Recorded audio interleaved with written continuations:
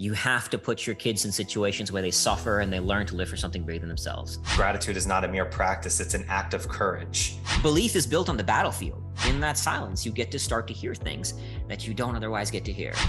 Welcome to the Strength Connection Podcast, a show to share stories, insights, and experiences in strength, physically, mentally, and spiritually.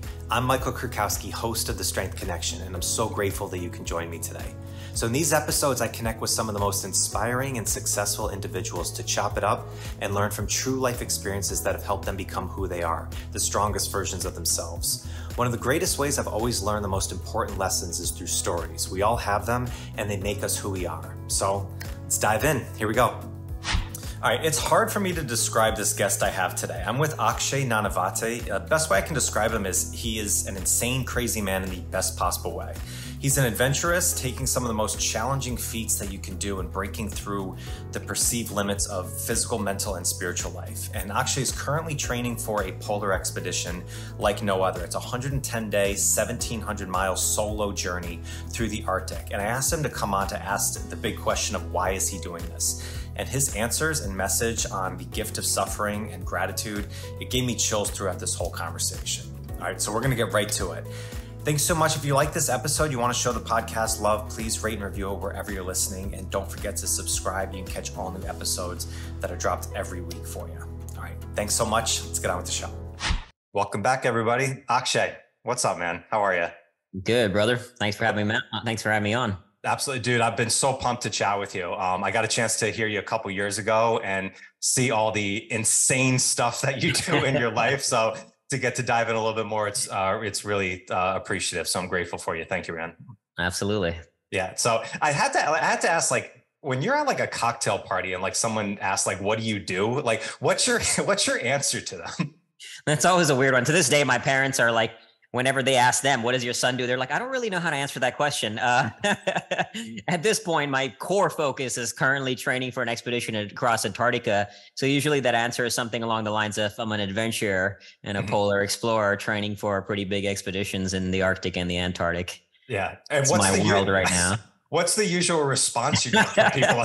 I'm a unique character for sure. I'm definitely a unique character in many rooms that I walk into. So it definitely generates a lot of curiosity. And people are like, wait, what? Tell me more, you know? So no doubt. Exactly. Yeah. I mean, it's interesting. When I first heard you speak, as I said, a couple of years ago when BG had you in his partners group, and I think he kind of said something online like, this guy is batshit crazy, but in the best possible way. And I think on the surface, it's very easy to see with the work that you've done with expeditions and extreme challenges to really, challenge the physical, but also really the mental and the spiritual side. Like if you're not in tune with that world, like maybe you might say like, oh yeah, that's crazy. But as you see more about it, and I've, got a chance to look into a lot of the work you do, I'm like, yeah, this guy is definitely crazy, but in the best possible way that we need more of. So you just came back from a recent trip to the Arctic, right? Yeah. And that was a 10-day trip? It was totally about 29 days on the ice in 3 separate expeditions, each close to 10 days. Right. It was supposed to be 4, but I was supposed to ski to the North Pole as well, but that one got canceled through the factors outside my control. So it ended up being 3 expeditions. And then we were also doing some filming out there with the documentary crew, and then just got to spend some time in Svalbard doing like little adventurous stuff like ice caving and cold river dips and going to find polar bears and stuff like that. Right. It was 29 days on ice training for what's coming up in Antarctica right now. And so that is the big one, tell me about this. This is the big venture that's been a couple years in the making, right? Yeah, that everything I've been doing up to this point, from expeditions in Antarctica, I lost a finger to frostbite a year and a half ago, has been all leading up to this. And this will be a 110-day, 1,700-mile solo coast-to-coast crossing of the entire continent of Antarctica. I'll be dragging about a 400-pound sled for 10 to 12 plus hours a day for almost 4 months across the continent. And when accomplished, it'll be the first ever human-powered ski crossing of the continent, meaning no dogs, no kites, a true just man-hauling coast-to-coast of the continent. Yeah. Wow. So 1,700 miles, 110 days from there. That is freaking epic. Yeah. So there's so many things I want to pull and, come from. I guess the big question that probably everybody's like, why do something like this, right? Like, I guess just a little backstory, like, has extreme challenges like this, has this always been, something that has been kind of a part of your ethos, or was this something that kind of came about more over time? Because it's not the normal thing. Like, we need to challenge ourselves, but to go completely into something that no other person has ever done before, it's a little bit different. For sure. It certainly wasn't always me. I mean, when I was a kid, I grew up to great parents. At the time, they weren't wealthy, but we certainly weren't poor, middle class. Like, I never really knew struggle, could not have asked for a better life. Moved around from India to Singapore to the US. And in the US, when I moved here, I got very heavily into drugs, into alcohol. And I had the same version of me that I am today in that I was the one pushing the edge, pushing the line. So drugs was my vehicle of expression. So, like, for example, me and one other friend, we started moving from marijuana and alcohol to harder stuff. He ended up ODing and dying. And that was like, I was heading down that path until I saw the movie Black Hawk Down. Have you ever seen it? Oh yeah, absolutely. Yeah. So, that movie, it touched my soul and changed the trajectory of my life forever. As you know, it's a true story. And just watching that movie, watching these men, the courage, the sacrifice, the willingness to put your life on the line for another human being, it triggered something in me that almost overnight I stopped doing drugs and decided to join the Marines. And in the Marines is where I first started to learn the beauty of suffering, the value of adversity, the value of putting your life on the line for somebody else and living for something greater than yourself. Because in the Marines, nobody gives a shit about how good you feel that day, right? What matters is the men and the mission. And that's profoundly beautiful, while at times absolutely miserable, because you're in it and you're like, fuck, I just want to sleep today. But for overall, like, absolutely beautiful to be able to live in an institution where the good of the group matters more than yourself. So that's what planted the seed for everything I am today. It was birthed in the Marines for sure. Before that, I was terrified of everything. Like, I remember my mom telling me when I was a kid, she tried to get me on a Ferris wheel, let alone a roller coaster. I was scared of a Ferris wheel, scared of open water, scared of heights, like, you name it, right? Terrified of all of it.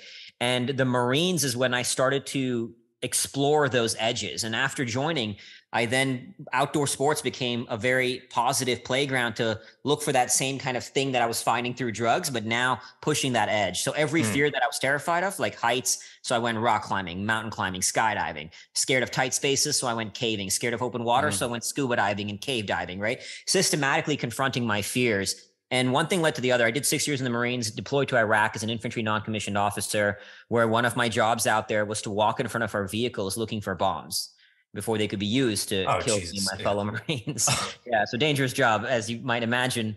Profoundly, I mean, obviously challenging, but an experience that I will for sure treasure in terms of the experiences it gave me about not just myself, about the human condition and what we're capable of, both in the negative sense and in the positive sense. But I struggled a bit after the war, diagnosed with PTSD, depression, heavy drinking, and was on the verge of suicide one day after 5 days of binge drinking, was seconds away from picking up a knife and slitting in my wrists. And that was the moment that led me to start this climb out of the abyss. And it took a long time. It certainly wasn't like an aha moment that changed everything. It was a long, slow climb out of the abyss. But this, and then that what was continued to further lead me into, like, got me back into adventure sports that I had started to get into, lost my way a little bit, and then got in back into it and found my salvation through it. It's been my place of peace. It's a deeply, deeply spiritual experience to go through these journeys. And now it's become my world and my soul.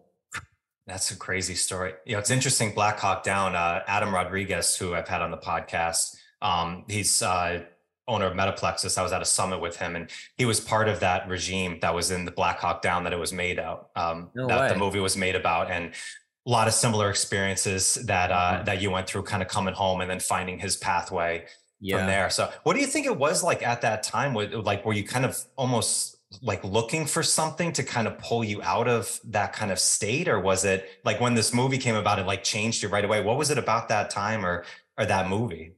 It specifically, I mean, there's that movie, many scenes in it, very, very powerful, but specifically that scene where Gary Gordon and Randy Sugar, they were two Delta snipers in the chopper, and they volunteered to go on the ground to set up a defensive perimeter, just two men, knowing that thousands of armed enemy personnel are coming their way, no idea when reinforcements would arrive, to protect the second Black Hawk and Michael Durant, who was in that Black Hawk. Yeah. And they both died. And Michael Durant is still alive today because of what they did. And they volunteered to go down. Yeah. right? And knowing the odds were heavily stacked against them, and they posthumously received the Medal of Honor. And just, I mean, it was awe-inspiring to see the kind of, I mean, I get goosebumps talking about it right now, like the kind of courage to put yourself in that situation for another man. They didn't know, right? And they didn't know who Michael Durant was, but it didn't matter. He's one of theirs, one of their brothers in arms down there. They needed to give everything, including ultimately their life for that brother. And that was, I mean, as soon as the movie was done, the buddy, in fact, I still remember that day. A bunch of us were going to go get fucked up that evening, like do drugs and drink and stuff. And one buddy of mine wanted to go watch Black Hawk Down. Nobody would go with him, so I was like, all right, I'll go with you. And right after that, I dropped him to his house. He had the book Black Hawk Down, read the book, borrowed it from him, and then just started devouring book after book about military and life in combat. And that changed everything for me. You know, when you read these books, of course, we all like, war is this extreme experience of the human condition. It reveals the absolute worst and the horrific things we do to each other, but it also reveals the absolute best, where people sacrifice their lives for something else and go through hell for something else, for a cause separate from all the politics of all the nonsense. I'm talking on the ground. We're fighting for each other. We're doing some good. We want to do some good. Now, of course, there's bad people in every context, but most of us out there, even when I would deploy in Iraq, we wanted to do some good. And so that was what inspired me to join I mean, I was living a selfish and worthless existence, right? Like, I didn't give a shit about myself, about what I was doing to my parents, because I got caught doing a bunch of stuff, put them through hell, and was just a meaningless life. And that was to then experience that. It moved me to my soul. It took a while just to get in, because I have a blood disorder that 2 doctors told me would kill me in boot camp. So I had to fight my way in just to get into the Marines. But I was, that was my conviction. That was what I wanted to do. And honestly, if it wasn't a post 9/11 world, I wouldn't have got in, because this blood disorder, I'm also flat feet. But they needed people to come in and help. Young dumb kid wants to go Marine Corps. We'll find a room for you, man. We'll figure exactly. Yeah, exactly. It's interesting, Akshay. Like with your background, kind of, I came from a similar path where everything was just very good, and a lot of my friends kind of the same thing. And it's almost it's a weird kind of demographic, because things aren't like bad. They're not like amazingly great. They're just kind of like in the middle. Nothing's too like, one way or the other. And it can almost be a very kind of like, what am I doing type situation. You start experimenting with stuff, and it can be very selfish. Like, I'm just going out to get fucked up and just like have a good time. Then all of a sudden you see something like that, where somebody's putting giving their life for somebody that they don't really know, but it's part of the bigger mission. Like, that can hit you instantly right there. Absolutely. That's exactly what happened to you. Absolutely, man. And I think that's why, like, I mean, when I do talks about this, number one thing I say is, especially if you're growing up in middle-class affluent world, you have to put your kids in situations where they suffer and they learn to live for something bigger than themselves. I can't tell you how often I see kids who are overspoiled, overprotected, and it's not even their fault. They turn out miserable in life, unable to handle any adversity. They have their social skills are poor. And it's like, what are you doing when you overprotect them to no end? You're scarring them. You think you're helping them, but you're not, And in India, it's kind of a cliche that Indian parents are even like more overprotective. And I see it all the time with extended family and with people in India. And there's a truth to that kind of stereotype, because it's true, especially affluent in India. Like, they have maids and people protecting their kids, and you're not helping them. Like, I see the effects of little cousins of mine who have seen grown up to now, like from a young age to now grown up, and it's damaging. They have they're not able to handle anything life throws at them. So you gotta learn to suffer, and suffer for something. Be a part of something bigger than you. It teaches you about you. And it's even selfishly, it's a better way to live. Even if you want to look at it from a selfish perspective, it's a far more profoundly beautiful and mentally, spiritually fulfilling way to live when you live for something greater than you. Yeah. It's interesting when I've heard you speak before, and kind of, as you said, at the time after you've gone through this darkness, then going into skydiving and kind of all these other things, kind of transcending your fears from that. I think it's so powerful of these things. We want to build a strong mindset or a strong spirit. And one of the best ways that we found is doing it through physical pursuits, of pushing your body, to these limits, of like challenging it. And because I always had like a little bit of that struggle with kind of mindset practices like meditations. Like, if you're trying to like overcome a challenge, but you're sitting in a nice 72-degree room, like with your eyes closed, like meditating, like everything's really good at that moment. It's hard to put yourself in that mindset. Was that something that you were kind of trying to pursue and work with as far as like getting into these, these extreme challenges? For sure. Through a lot of life experience, I discovered that because when you push yourself physically, it's the only realm where you're tapping into mind, body, and spirit simultaneously. Like you said, meditation, and don't get me wrong, I have a consistent meditation practice. It's great. And it can be very, very challenging to sit still. And I even pursued that. Like, as I think you may know, you probably heard from that interview, I spent but one time 7 days and then 10 days in complete darkness and isolation. Like, you cannot see your hand through darkness. You're just sitting in a dark room 24 hours a day for 10 days. So experiencing that stillness is profoundly beautiful too. But when you push yourself in the physical realm, you're tapping into all three arenas, mind, body, and spirit. And that allows you to build something and find something within yourself that you might not know you had. But you got to go to war with yourself to find it. Like, one of my big beefs with the personal development realm is this like incredible emphasis on overcome your limiting beliefs first. Fuck that. Like, you don't have to listen to your mind. You go to war with yourself. And then, as one of my many mantras is that belief is built on the battlefield. Go to war with yourself. Put yourself in an arena that you don't know if you're going to succeed. I can't tell you how many times I've failed at various physical challenges I've done, but who gives a shit? I'm going to go back into the arena and go back to war, right? And then you cultivate the self-belief. This whole emphasis on overcoming your limiting beliefs places a reality and a focus on your mind is who you are. But we're not our minds. We're not our thoughts. We're not our feelings. We're not our experiences. We're the thinker of our thoughts, the feeler of our feelings, and the experiencer of our experiences, right? There's a space between, if we were our thoughts and our feelings, we'd all be a neurotic mess. As you know, they're constantly changing. We all have those thoughts where, like, just the cliche example, I was driving, somebody cuts me off and I'm like, fuck that guy, I'm going to kill him. Does that mean I'm a murderer? No, right? I have a thought, but that's not who I am. So if you start putting so much emphasis and listening to your minds and your thoughts and the feelings that are happening there, you start identifying with, and it becomes you, instead of saying this can happen, but that's not who I am. And so you build yourself, you create yourself by going to war with yourself, by putting yourself in a situation where one party wants to quit and the other wants to fight. And in that war, you find something. You're opening doors into the human soul that you cannot open unless you suffer, right? You have to battle the dragon to find the treasure. And so inevitably, it led me to this degree of now we're doing Antarctica. But the more I kept pushing the line, the further I kept wanting to explore and see, because while the suffering continues to get more and more and more intense, so does the rewards on the other side of it. And those rewards are, you can't even describe it in words how profoundly beautiful they are. Yeah. Go to war with yourself. That's such a powerful statement right there, because it's oftentimes we get in our own mind if we have to tackle all these things before we go and we do the thing, when in reality you go do the thing and then you're going to figure it out along that line. As I think you mentioned in that interview I heard from is suffering. It's the means, it's not the purpose. Like, you don't know what's going to happen from it, but step into it and you're going to find out where it is. And I guess that's where I love that word transcendence. Like, that's where you're going to find like what you need to. And I think that's kind of the essence of getting into the spiritual strength that I think we all are looking to achieve. Like, there's not a workout plan to get spiritual strength. There's not 3 sets of 5 that you can go and do this. Like, you have to put yourselves in these challenges. And so when you pick these challenges to do, I know right now the big one is Antarctica. But as you've done these other ones, did you have a method or like a specific way that you picked different challenges? Or did you just kind of like, that seems like something that is really scary to do, so it might be a good thing to do? Yeah, mine was a little bit more random at first, just exploring every edge I could find, right? Outdoors, nature is such a beautiful playground because it doesn't act out of malice or intent when it's hostile. Unlike human beings, we do a lot of evil shit to each other. And I've seen it, let alone in war, right? I've worked in post-conflict zones. I've volunteered with survivors of sex trafficking, with former child soldiers. And I've seen the darkness of the human condition. And it's pretty horrific, to say the least, what we're capable of doing to each other.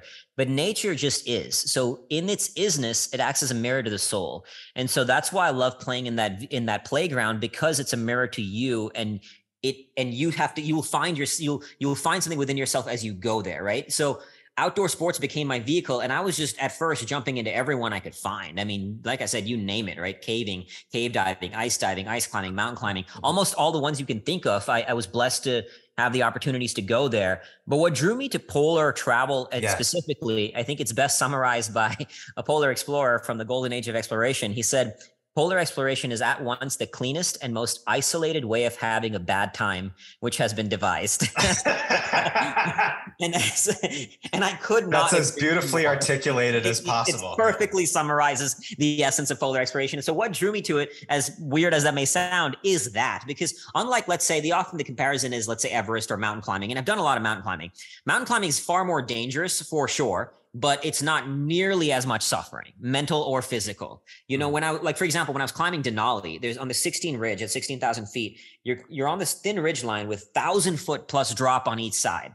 So when you're on that, your mind has to be in the moment. The environment forces you into flow, right? And as you're going up and down the mountain, the views change, the terrain changes. So it's a little bit more dynamic, which makes it mentally engaging. In polar travel, you are just skiing in empty white nothingness, day after day after day, doing the same damn thing. You're not off. I mean, sometimes we do take storm days, but you're not taking rest days to acclimatize like you do on a mountain. It's not dynamic. And because it's just flat white nothingness, the environment doesn't force you into flow. Your mind wanders. And that is brutally challenging because your mind will take you places. Right. And sometimes you could be skiing an hour could feel like a lifetime when you're out there in that nothingness. Whereas if you're in an environment like a thin ridge line, you lose sense of time because you're in that flow. Right. Time doesn't matter. You're just thinking about that next step in front of you.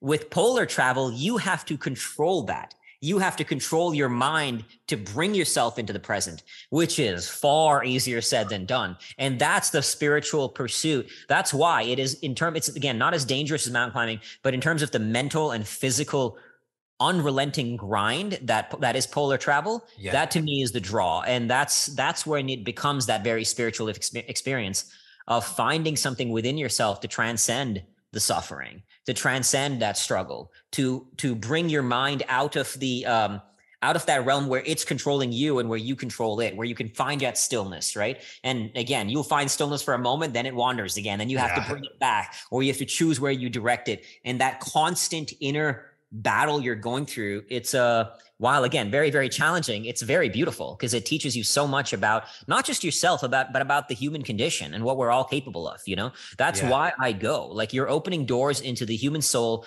that so rarely ever get to be opened. And for me, a big part of the responsibility is bringing the wisdom back from the edge and now sharing it with experiences like this, like being on the podcast here, doing public speaking events, you know? And because I get to go so far out onto the edge in these very, very, very extreme circumstances, I get to open new doors that aren't otherwise open. So I get to access new wisdom that isn't otherwise accessed. And I don't say this in an egotistical way because it's not about me. It's about like a message is delivered through me through these arenas that I get to play in. And that allows me to share things that I would not be able to share had I not gone there. Yeah. Yeah, the endurance aspects of what you're talking about, like I could see, like just watching some of the videos that you have, put up from polar, like my hands are sweating seeing some of the storms and stuff like that are going in there. It's a polar storm is one of the most unforgiving, savage. Oh my, yeah. I'm sitting there like the first time I saw like Alex Honnold do the free solo, and I'm like clutching my like chair, watching it, like holding my breath. I'm like, I know he's okay, but it's still, it kind of taps in. But I can see the difference, like of climbing a mountain, like you get in that flow, like you get in that flow feeling. And I would assume too, like on that too, like, like you're getting somewhere, like you can see progress, where on like a polar expedition, that's like a purgatory, like everything's the exact same, where it's, I can imagine the physical side of it. I totally, but the mental side of the endurance of staying within kind of your own, or do you allow your mind to wander when you're down there? Or do you really need to like keep a specific focus? Like, how does that work? Great question. There's value in both. There's two kinds of meditation, and this becomes its own meditation. People often think of meditation as where you're just silencing your mind and, anchoring your thoughts to your breath or a mantra or something. And that is one, but the other one is where you actually let your mind wander and see where it takes you. And there's not one's not better or worse. Each one has its place. So there are times where you really want your mind to wander, and I want to see what's going to show up, And to me, I mean, sometimes it's me talking to myself, sometimes, and we all have our own version of what this word means, but it's God speaking to me, and you hear things like only in real silence can you start to hear, because otherwise you're no longer, distracted by the world, by all these tools or computer or phone, even other people. And again, it's a beautiful thing. Like I have great friends here, I'm connected, but in real silence, that's also a big draw to why I went to the darkness retreat and spend 10 days in complete darkness, because in that silence, you get to start to hear things that you don't otherwise get to hear. And Antarctica is its own version of that. And it's wild to see where your mind will take you and to see what's revealed to you. I call them spiritual downloads that I get, through these experiences. And every time I'm out there, whether it be in the darkness or in the Arctic that I just came from, some spiritual download will hit. And it's, the difference between a spiritual download and like a conceptual understanding is, I might have read the concept in a book or maybe heard it before, but when you experience it, now it's visceral.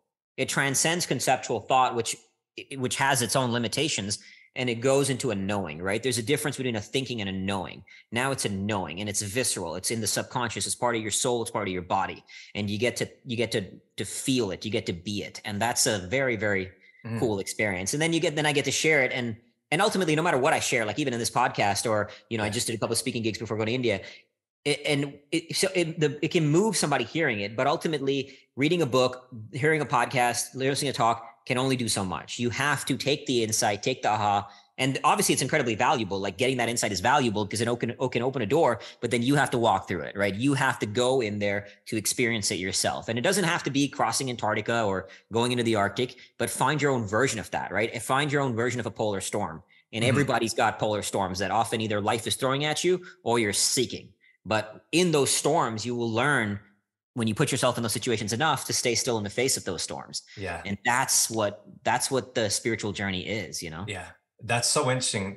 The knowing is really, you get a physical feeling attached to the knowledge that you put into your brain. I never thought of it that way, but that's really interesting. I've done that similarly with with the work that I've done with clients, and we've chatted about where taking a question or taking something that you're trying to work through, or a prayer or something and bring that into your physical practice and keep that in your mind. Now, I first heard it from John Danaher, the famous jiu-jitsu coach. So he does that with his guys when they're going into, championship matches, is getting the meditation practice through when they're rolling. If you can keep that same focus while your heart rate's going crazy, a guy's got you in a crazy headlock and you're trying to get out of it, and you can still keep, that frame of mind in there. It transcends from, this is a good piece of advice, or this is a good golden nugget, to now I'm really applying this into my life. Absolutely. And when there's a knowing, a thought has a space, because as I said, conceptual thought has limitations, because all conceptual thought, this is getting very spiritual again, it's a construct. What I mean by that is, in the simplest way, for example, I see your shirt and I'm like, your shirt is blue. Well, how do I know that shirt is blue? Because I was taught at a young age that color, that thing I'm seeing, is blue, right? So that's a construct that's been assigned to me. Anytime I attach words onto things, it's a construct. It's conceptual thoughts are ultimately shaped by constructs. And that's not a bad thing. It just is. That just is how reality engages, right? How we engage with reality. But when you transcend from a thought to a knowing, it's now, there is no space. It just is. So it's almost like you can think of the difference between the conscious mind and the subconscious mind, right? If a shark attacks me, I'm not thinking about what should I do. I'm reacting, right? Like it's instant, it's reacting.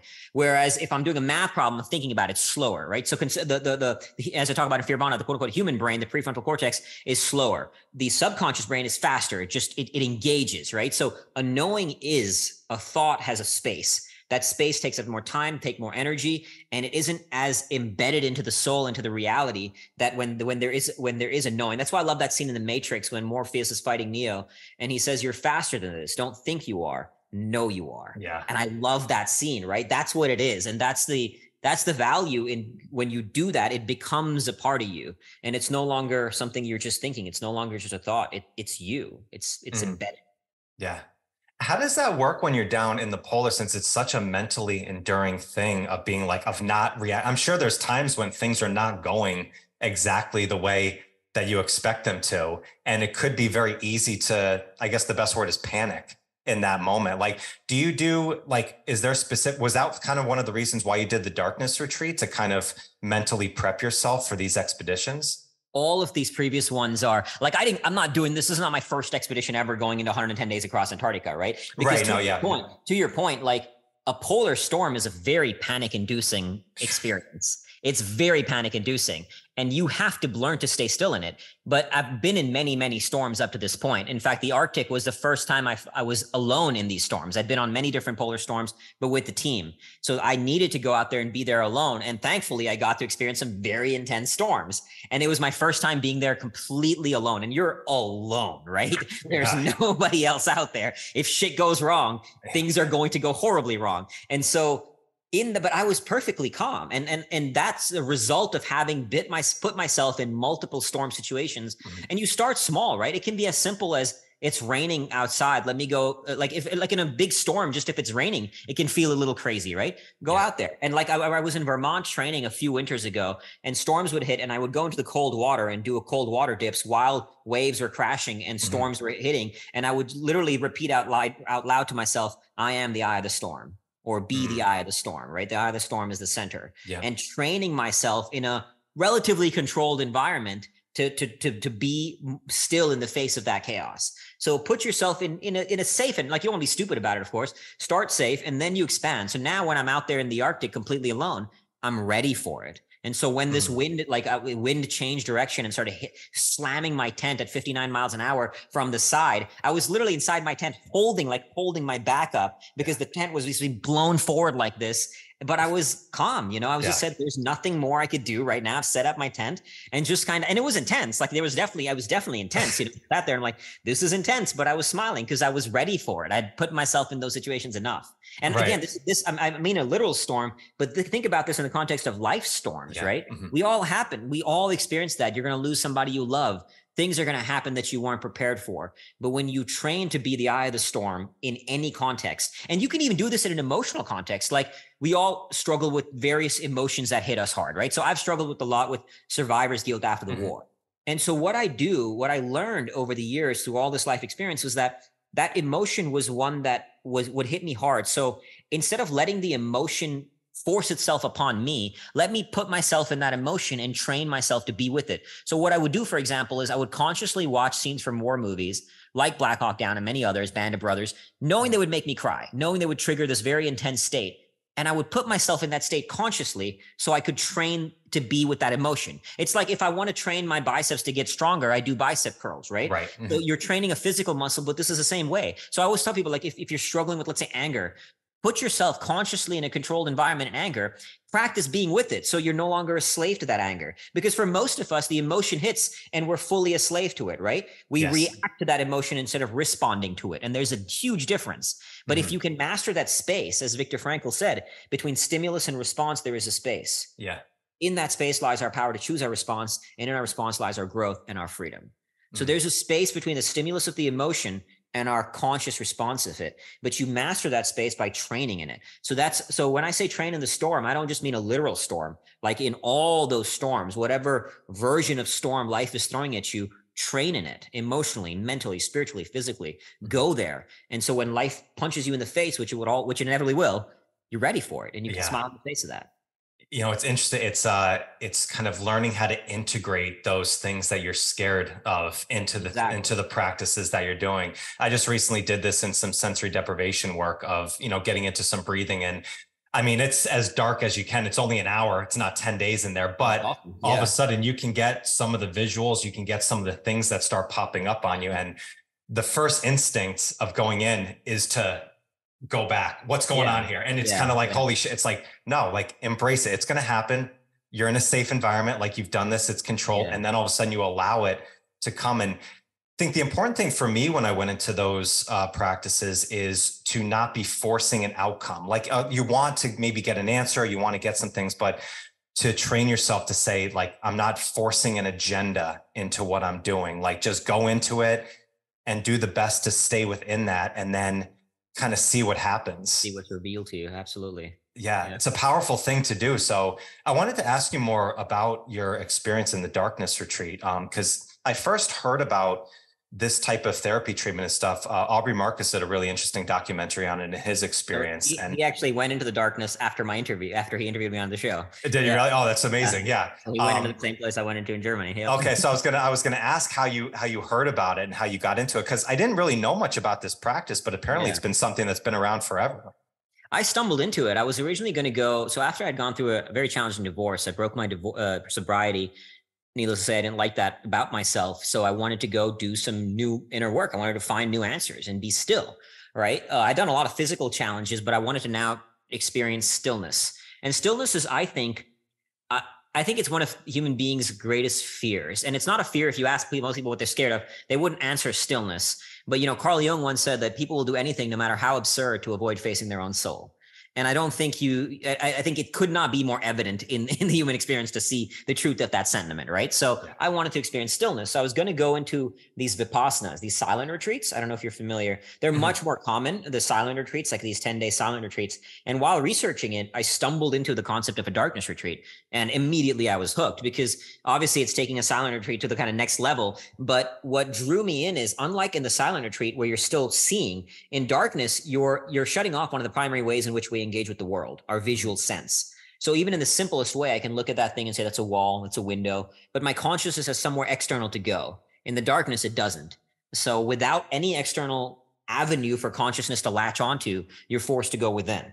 And you're going to open doors within yourself you've never opened before with that level of stillness. And the challenging but beautiful part is, you don't know what's coming through those doors. There's going to be something beautiful and something extremely dark. And often it's a combination of both. But when you bring it to the surface, you can now do something with it. Because as Carl Jung also beautifully says, until you make the unconscious conscious, it will direct your life and you will call it fate. Yeah. But you have to take the time for that stillness to make the unconscious conscious. And so that's what drew me in, to go find some new answers and explore some new places within myself. And so I did it once for 7 days. That was a few years ago. And then just a few months ago, I did it another time for 10 days. Yeah. Because 7 wasn't enough. I wanted to go a little deeper. Exactly. Exactly. Yeah. So walk me through that. Like, was there certain points, like how many days, like, was it like in between, or was a certain amount of time before things started to really kind of open up and change? Like, cause I know at some point, like the brain actually releases DMT when you get in a simulation like that. So what was that experience like? Was there specific moments that were really more powerful than others during it? Or was it kind of a constant stream? No, for sure. There were some moments, both times, especially the second time, that left me bawling in tears. Like, I had what I perceived to be, as crazy as it may sound, a conversation with God that left me bawling in tears. And you see lights in the darkness, right? Like you said, your brain releases DMT. So the lights are as real as lights that I'm looking at here. Mm-hmm. And those lights will take shapes. And I've had friends who've been in there. Everybody experiences their own version of this. So you can call it what you want. If you don't believe in the construct of God, you can say that it's the subconscious speaking to you, however you want to say it, the universe speaking to you. But the lights will reveal shapes. And this is coming back to your point of what you said. You just surrender. You surrender to the darkness and see what it will reveal to you. And there were some moments far more intense than others. It's kind of like the whole experience is essentially, you're either sleeping, first day and a half, most of us are in some degree of sleep debt. So the first day and a half, like, I was just sleeping a ton, and I would wake up and be like, this is sweet. I don't have shit to do. There's no to-do list. I'm just going back to sleep, And then finally you eventually have slept enough, and now you wake up and you're like, shit, I don't have shit to do. So, right. Yeah. Yeah. So doing that, meditating, of course. Mm-hmm. And then I would often, like, especially this last time, be pacing back and forth on the yoga mat and speaking out. The first time I chose to be silent. The second time I chose to speak out loud, both very different experiences. And I would speak out loud to myself in this act of creation. Because the second time I went in, it wasn't so much to heal from the past. It was more to train for Antarctica and the solitude I'll experience out there. Mm-hmm. So it was more sort of an eye to the future rather than healing from the past, which is what I wanted to go in the first time. Mm-hmm. But the light shows you experience and some of the meditations are, oh man, like some of the most intense I've ever experienced, some not so much, but some of them were really, really, really powerful. Yeah. I'm curious about it, because it's something I've personally been aiming to think, like, because it scares the shit out of me to do that, which I'm like, and in my head, that usually means, all right, maybe you need to lean into this a little bit more. Absolutely. Because that was one of the lines that I heard that Aubrey said in his documentary, very similar to Carl Jung's quote of how scared we are to be alone with our own mind for more than a couple seconds. Yeah. And it's powerful. So I assume, going on a trip like this that you're going to do, you're going to probably be the most isolated person in the entire world. Geographically, I will be the most isolated human being on Earth. for not any other human being around me for hundreds of miles. Yeah. Are you naturally more introverted like that? Like, are you good like being solo, or is that something you've really trained yourself to be a lot more comfortable with yourself in the environment? Definitely trained myself. People would have always labeled me an extrovert. Like, we moved around a lot as a kid, as I said, from India to Singapore to Austin to Minneapolis, moved around a ton in the US. And I always was really comfortable making friends in every new move. Over the years, I've gotten a little bit more introverted. Like, I'm very comfortable around people. I have a great network of friends that put me in a room. I'm comfortable talking to people, but I've now over the years become more like, I love both. I love the connection of being around tribe and beautiful people, but I also incredibly value my solitude. And that wasn't always the case, especially like people have asked me what got you into drugs in the first place. And a big part of that was as a young kid at 14, when I first got in, I think it was 15 or 16, who moved around to 4 different cities, 3 different countries in the young age. I was very lost and I was seeking validation. I didn't know who I wanted to be, So like, I don't blame my friends. I take responsibility for my behavior, but as a 15-year-old kid, you're very impressionable. And especially having moved around a lot while being very adaptable, which allowed me to make friends, the sort of shadow side of that strength is you're very impressionable. So my friends got into drugs. I got into drugs. I pushed the line in getting into heavier drugs, So I wasn't always this person who could love being in my own skin and enjoy that journey. It definitely got cultivated over a lot of life experience. Yeah, it is. It's tough. I mean, specifically at that time, it's half trying to fit in, half trying to find your own individuality. So it's like oftentimes you just go down these paths that hopefully, people get out of at certain points when you're going down that path. Sadly, a lot of people don't as well. Yeah. But, that's an interesting time. So I want to ask you a little bit you talked a little bit about your, you've studied method acting as kind of a part of forming kind of your identity of like going into the shift. And I was like, this absolutely makes sense, because I would assume to do an extreme adventure like this, or really a lot of things that you've done before, even, climbing high peaks, like all this stuff, like you can't be like the same person that you are like with your family and your kids and stuff like that going around. You probably have to put yourself in a different mindset. So how did you get into studying more of that work with method acting? Movies have been one of my favorite form of sort of relaxation, to shut off. And as a young kid, I still am to this day, and after a hard day training, I enjoy movies and stuff. And then I never had really like thought about the craft of acting as an avenue, but I can't remember I think it was something, how I first got into it. It was Daniel Day-Lewis. So Daniel Day-Lewis is the greatest actor, I would say, hands down, sort of unquestionable all the time. And, and especially method acting, like no one can compare to the degree of insanity. And I use that word in a very positive way that he goes into. And so when I started looking into how he gets into roles, what drew me is, one director, the guy who directed him in My Left Foot, and I think In the Name of the Father, he said, "Never have I seen anybody come as close to complete obliteration of the self as Daniel." Now you think about that in the concept of personal growth, right? This is a man who and if you look at all the great method actors, including Daniel and other ones, they would start thinking and feeling and dreaming as their character, not as themselves. And imagine the power of that. You can completely shed an identity to construct a new identity. Now you apply that in the personal growth realm. It was mind blowing to me that hadn't been really thought about in the personal growth realm, right? Mm-hmm. But to me, there has been no better tool for personal growth, because the beautiful thing in that is you start to see how malleable your sense of identity is. Jim Carrey talks about this when he did that movie. What is it? Man on the Moon. Man on the Moon, yes, yeah. Where he played Andy Kaufman, and how he realized how entirely malleable and how fragile his identity was, because he could change it so fast, fairly easily. I wouldn't say easily. Of course, every method actor works their ass off to do that, but to remove that sense. So every construct we have around our identity, we get so attached onto, right? We think this is who we are, but through this process, you realize that this is not who I am, and I can let it all go. And there's this paradoxical thing that happens when you do that. It actually allows you to go deeper into yourself and explore yourself, because now you're doing that from a place of not being attached to that version of yourself as your own identity. And I'll make that concrete in what I mean. So like, for example, as I started going deeper into this, right? I'd gone through my divorce. I was single, and I was training at this point, already training for Antarctica. That's what even drew me to method acting, looking for every edge I could find to train the mind, body, spirit for this. And I realized, there was a part of me feeling lonely. Like now wasn't in a relationship, and I didn't want to admit it to myself, because almost like admitting that to myself meant a sort of degree of weakness. Sure. It means I'm weak if I'm lonely, especially considering I'm planning on going 110 days for Antarctica. No, man, like that's not who I am. But when I got into this practice of method acting, it allowed me to go there, because I could identify that thing is there, but not be attached onto it as my identity, because my identity is completely it's not real. It's malleable. My identity is not this version of me. It's who I'm creating. Because in the process of method acting, all that matters is the character. So when you see Daniel Day-Lewis in, like, let's say, Bill the Butcher for Gangs of New York, he's not reacting to the thing as Daniel. He's reacting as Bill the Butcher. So his own stuff doesn't matter. All that matters is the character, and the needs of the character, and the desires of the character, and the motivations of the character, right? So when you apply that to who you want to create, you realize that whatever this version of me, as we were talking about earlier, right? Releasing attachment to your own thoughts and feelings.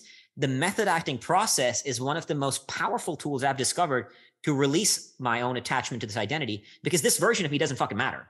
And it's like, and you don't say that in like, it doesn't mean you ignore yourself. As I said, you're actually getting closer to yourself, but you're not attaching onto that as your identity. And that was incredibly cool. So it was one of the coolest things to study, especially Daniel Day-Lewis, among other great method actors as well. But I was studying all of them and like watching their videos, reading their interviews. But Daniel Day-Lewis was unreal how he gets into character. Oh, that's amazing. I remember hearing, like, I think Jim Caviezel, when he did The Passion of the Christ, started to think in, I think it was Latin or Aramaic, like the language they were speaking in that. And so as he was just going through his day, he started to think in that. He's like, that's when, like you're going to a different level. But I mean, people call this the avatar, like an avatar and stuff like that. But it's like, it's having that switch over, like, Kobe's been famous for that in all his work, and his Black Mamba. And it's one of my favorite Kobe stories he said was he used to listen to like the Halloween theme of Michael Myers, like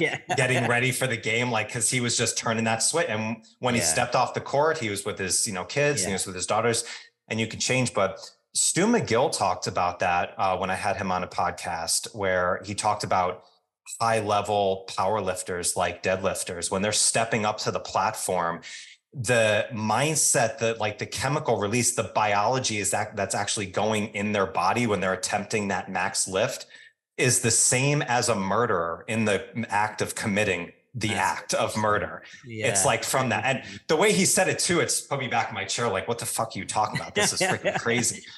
But it's kind of a similar thing. It's like, and I think it's such an important lesson, I think, that we can do for any type of growth that we're trying to do. Like, it needs to go to more extreme. I think there's a very, just big message in our culture, Akshay, of like incremental steps, which is great. Like, yeah, you should do that, but approach it in a way like a savage a little bit. Like, I mean, get into this line and like push your boundaries, because oftentimes you probably can do a lot more than you give yourself, capability. And the only way to probably do that is to put yourself in some sort of situation like this. T.S. Eliot famously said, one of my favorites is, only those who risk going too far can find out how far they can go. To your point, it's like, it's a duality. Both can coexist. It doesn't have to be one or the other. You take incremental steps, but you also go leap off the edge and you find out, in my trainings, I've gotten heat exhaustion. I've gotten hypothermia, because I did an 8-minute river dip in Vermont in the middle of winter in a river. And I ended up getting hypothermia. Oh, God. Because I pushed I'm not saying everybody should do this, but the point is I was fine. I recovered. I had pushed from 2 to 5. And I'm like, I'm going to push the edge. And I'm like, all right, that was a little too far, So the point is, though, play on those edges. You'll find where that line is, and you'll keep experimenting and kind of playing with that. I've gotten heat exhaustion from multiple times from training on the edge in Arizona in like 115 degrees. Right. Mm-hmm. And it sucked while I was experiencing it. Full body cramps and all that is horrifically painful, but such a beautiful thing to play on those edges. So it is a duality of taking the steps, but also leaping off the edge. It's not like they both can coexist in the process of our own evolution. Yeah. So what do you think it is that kind of holds people back from that? Do you think it's just fear and just how we view, like, being afraid of things, or like we're just afraid to step out of our comfort zone? I'm sure a lot of people have asked you about like this and all the work and the talks that you've done and stuff like that. Like, what do you think what do you think it is? Like, is it just we're such a comfortable culture right now of this, that everything is just very convenient and we don't have that, we don't need to be savages if we don't need to? Like, do you think that's the main culprit? If you look at it evolutionary speaking, right, our brain is still very much a caveman, cave woman-like brain, right? So we were designed for a world where adversity was the norm and comfort was not. So we if you look at evolution, like the history of humanity, we're constantly doing things to make our lives easier and easier and easier and easier and easier. Because there was a time where we were being chased by animals and we could die rapidly, right? So inevitably we're like, this really sucks. I'm going to make my life a little easier. And now we've gone so far down that edge where we don't have to worry about constantly dying, but that's not the answer. And so now it's like, we live in this little bubble, and inevitably, just evolutionary speaking, we're afraid of the unknown because that unknown can be scary, right? The brain's fundamental role is to keep us alive. At the top priority, not to make us happy, but to keep us alive. So it's asking ultimately, is this thing going to kill us? So as that saying goes, the devil you know is greater than the devil you don't. So I will stay in this version of my own discomfort because that other discomfort could be far worse. So we're so scared of leaping off that edge for the fear that we might fall and hit ourselves hard in this pain. And the fear of avoiding that pain, we live in this kind of static numbness, right? I think, was it Henry David Thoreau who said most men live, and I would argue most people live lives of quiet desperation because we're static and numb. But the thing is, if you want to experience a high, you have to experience a low. You cannot have a summit without a valley. You cannot have darkness without light. Like when I came out of the darkness, especially the first time of the 7 days, and I took off my mask, I was in Black Forest in Germany. After coming out, they put a mask on me, brought me to the deck, and I took off my mask. And the way the world looked in those few moments, I mean, I've never seen the light as luminous and as bright, as powerful, as visceral as it was in that moment, moved to tears. And I remember thinking to myself that this deep sense of gratitude for every bit of suffering I've ever experienced in my life up to that point, because I realized, and again, in a very visceral way, that you cannot really know the light unless you've first been in the dark. I could not have seen the light the way I saw it in that moment had I not spent 7 days in darkness. You have to know pain to truly know pleasure. And it's the fear of going into deeper pain that has, because the nature of pain is that it sucks, those who even when I first got into ultra running and stuff, I always thought these guys are superhuman. Like the ultra runners they don't experience pain and that's why they're able to run it. But that's not true. Every one of the ultra runners, everyone who does the things that I do too. We experience pain. It fucking sucks in moments. It really fucking sucks. But we've just learned to be with that pain and to transcend it, because that transcendence is aliveness. It's awe. It's God, man. It's everything. And so I think it's the fear of going deeper into the pain cave that actually prevents us from really experiencing the aliveness that life has to offer. But you can't know, if you want to experience the heights of awe, you have to explore the depths. And I think that's what we're seeking. If we boil it down to the very core of why are we even here? Why do anything ultimately, from going to Antarctica or anything? I think we're seeking, meaning, but we're seeking an experience of being alive. We want to feel awe.